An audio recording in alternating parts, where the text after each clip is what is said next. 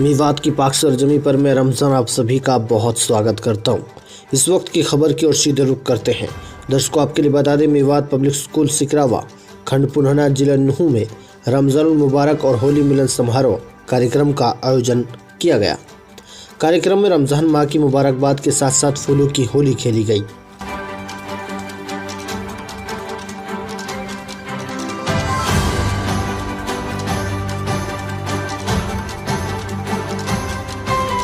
मेवात के गांव सिकरावा में मेवात पब्लिक स्कूल में राष्ट्रीय मुस्लिम मंच के बैनर तले रमज़ान मुबारक और होली मिलन समारोह कार्यक्रम का आयोजन किया गया।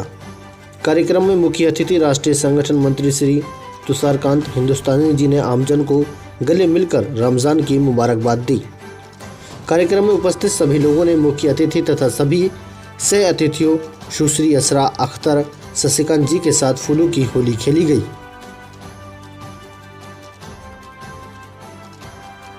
मुख्य अतिथि श्री तुषारकांत जी ने लोगों को संबोधित करते हुए कहा, रमज़ान माह का महत्व व होली त्यौहार का महत्व बताया।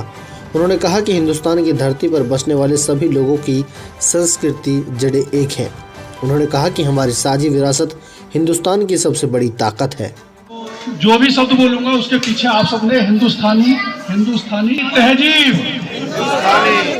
3 बार बोलेंगे आप लोग। हमारी तहजीब, हमारी तहजीब, हमारी तहजीब, हमारे बुजुर्ग, हमारे बुजुर्ग, हमारे बुजुर्ग, हमारी जुबान, हमारी जुबान, हमारी धरती, हमारी धरती, हम कौन,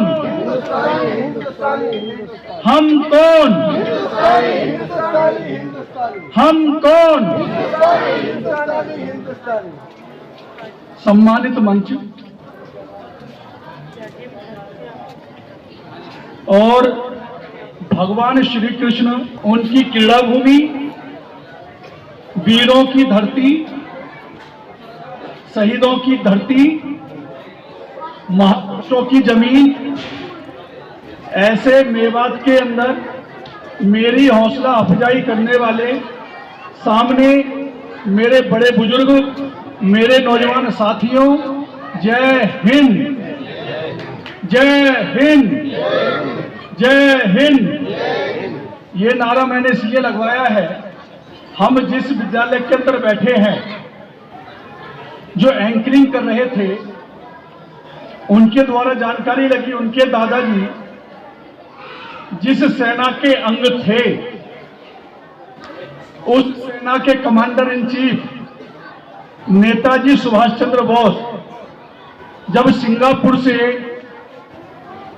भारत की ओर आ रहे थे, जब उन्होंने नारा दिया दिल्ली चलो, तो बीच रास्ते में एक जगह ठहर करके उन्होंने एक शब्द बोला। सबके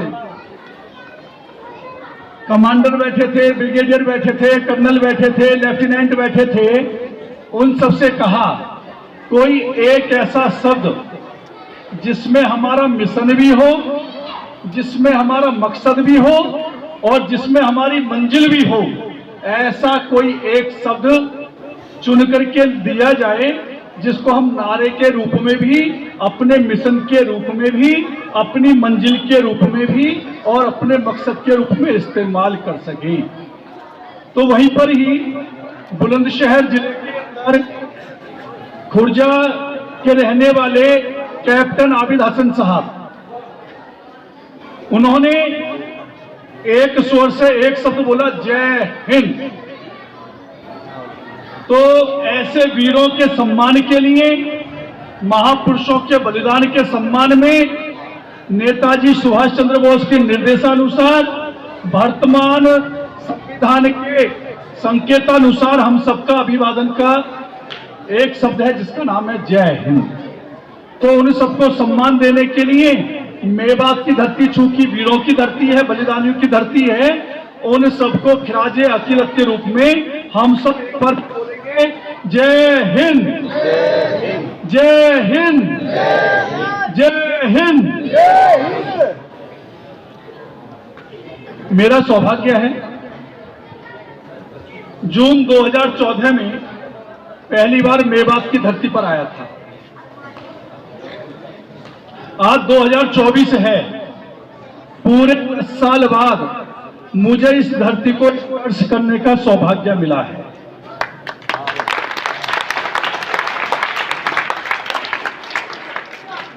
मैं इस पवित्र धरती का साझीदार बनूंगा, ये मैंने सोचा भी नहीं था। मैं आप सबका शुक्रिया अदा करता हूं, इस कार्यक्रम के संयोजकों का शुक्रिया अदा करता हूं कि उन्होंने सिकरवा नाम के गांव के अंदर मेरे को बुलाया। और यह वह धरती है सिकरवा, जहां पवित्र कुरान के पहले हुक्म का पालन होता है। पवित्र कुरान का पूरा होता है।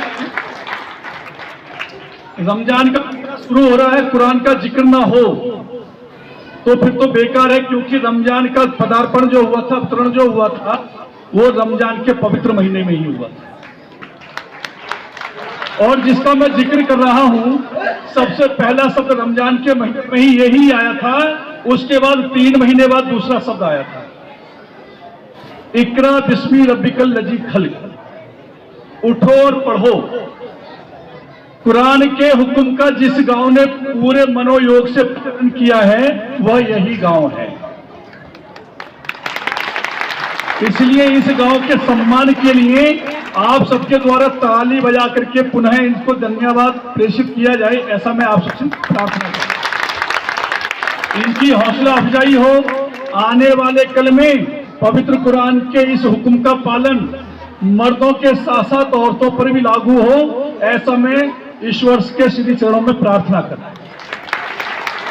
क्योंकि कुरान केवल मर्दों के लिए नहीं है, वह औरतों के लिए भी है।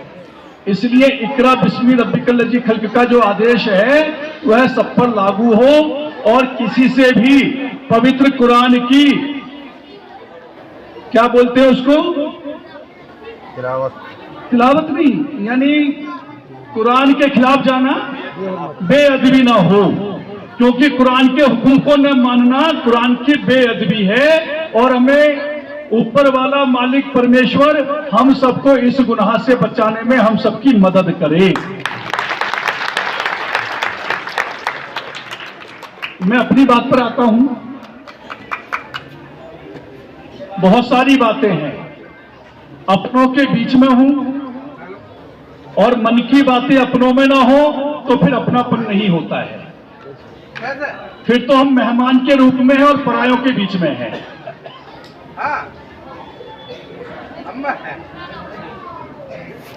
यह मेवात है। मेवात को संधि विच्छेद करके बोलेंगे मेव जमा आत। मेव कहते हैं पहाड़ को, आत कहते हैं आड़ को। यहां से 25-30 किलोमीटर की दूरी पर चले जाएंगे राजस्थान की तरफ, तो वहां पर मेवाड़ आता है। मेव जमा आड़, तो वहां के लोगों को मेवाड़ी बोलते हैं, मारवाड़ी बोलते हैं। और हरियाणा के लोगों को मेवाती बोलते हैं। केवल आत का और आड़ का फर्क है। किसका फर्क है? आत का और आड़ का। और हमको छाया कौन दे रहा है? ये जो पहाड़ है।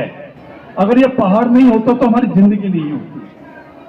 हमारी संस्कृति का हिस्सा है हमारा पहाड़, हमारी तहजीब का हिस्सा है हमारा पहाड़, हमारी पहचान का हिस्सा है हमारा पहाड़। इसी के कारण से हम मेवाती हैं, इसी के कारण से हम मेवाती हैं और मेवाड़ी हैं।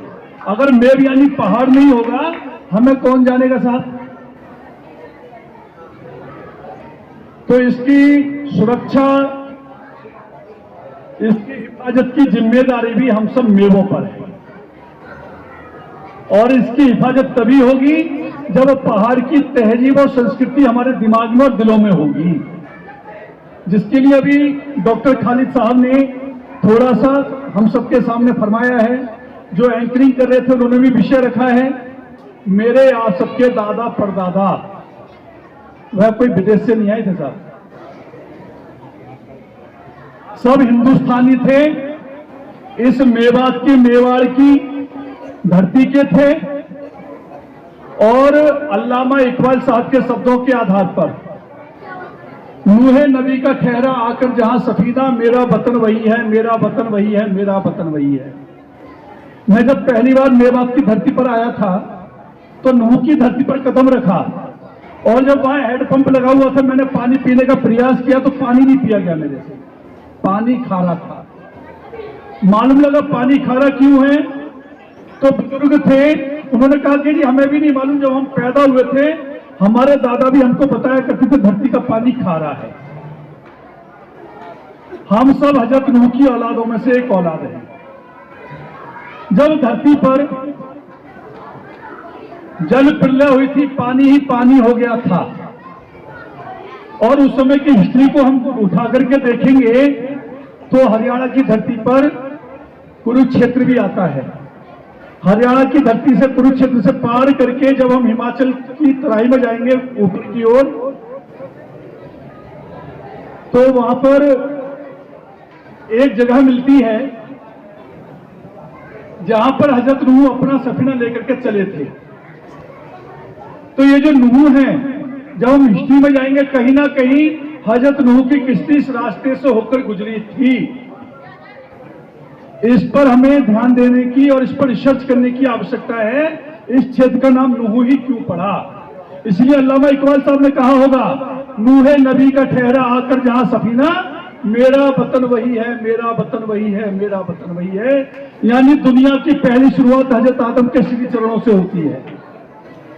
वह जब आए थे तो उनको जमीन पर जब उतारा गया तो वो भी हिंदुस्तान की जमीन पर ही आए थे, और जब पानी ही पानी हो गया था तो चाहे वो भगवान मनु होंगे चाहे हजरत नूह होंगे, तो वह भी इसी धरती पर आए और यहीं से उन्होंने दुनिया की दोबारा से शुरुआत की।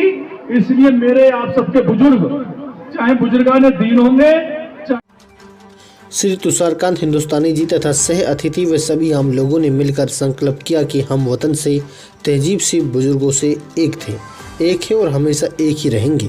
कार्यक्रम में गणमान्य जनाब मौलाना सिद्दीक जी, श्री याहया खान सरपंच गांव खिल्लू का व पूर्व चेयरमैन हतीन, जनाब अशरफ हुसैन मेवात प्रवक्ता इतिहास, जनाब असरुद्दीन सरपंच गांव टोका, इस्माइल सेक्रेटरी मलाई, जाकिर सरपंच जहटाना, दीनू थानेदार सिकरावा, फजरुद्दीन, कबीर, कमरुद्दीन जहटाना, नौमान सिकरावा क्षेत्र से भारी संख्या में लोग मौजूद रहे।